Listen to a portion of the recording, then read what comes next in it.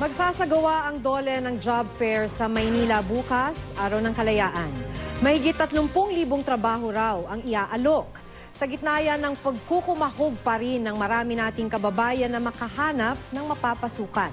Makibalita tayo kay Jennifer Muñeza. High school graduate pa lang si Danrick Cabrera. Dahil walang sapat na pera, naghahanap pa siya ng trabaho imbis na magpatuloy ng pag-aaral sa kolehiyo.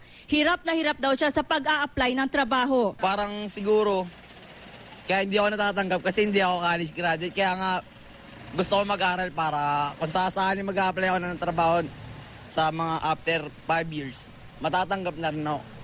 Si Melquiades Alfonso naman gusto ring makapagkolehiyo. Ito raw ang pag-iipunan niya sakaling makahanap na siya ng trabaho.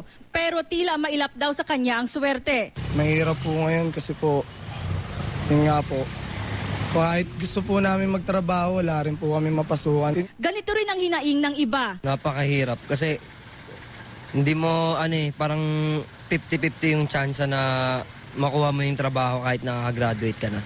Dahil sa mga sitwasyon tulad nito, binabatikos ng Trade Union Congress of the Philippines o TUCP ang inilabas na report ng National Economic and Development Authority o NEDA tungkol sa pagbabaraw ng bilang ng mga walang trabaho sa bansa. Ipinagmamalaki kahapon ng Malacanang na mula 7.6% noong April 2013. 7% na lang daw ang unemployment rate ngayong taon. Nangangahulugan daw itong nadagdagan ng 1.7 million ang mga Pinoy na nagkaroon ng trabaho. Pero sabi ng TUCP, patuloy pang lumulobo ang bilang ng mga walang trabaho sa bansa. Panay naman ang pagsasagawa ng jobs fair ng Department of Labor and Employment o DOLE. Bukas nga 35,000 job vacancies daw ang iaalok sa Independence Day Job Fair sa Metro Manila. Mga trabaho raw ito sa loob at labas ng bansa.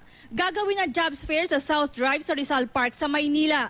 Kabilang sa mga trabahong iaalok ang may kinalaman sa cyber services industry, hotel, restaurant and tourism industry, health and wellness industry, wholesale and retail trade industries. May inaalok ding trabaho sa banking, construction, education at government agencies.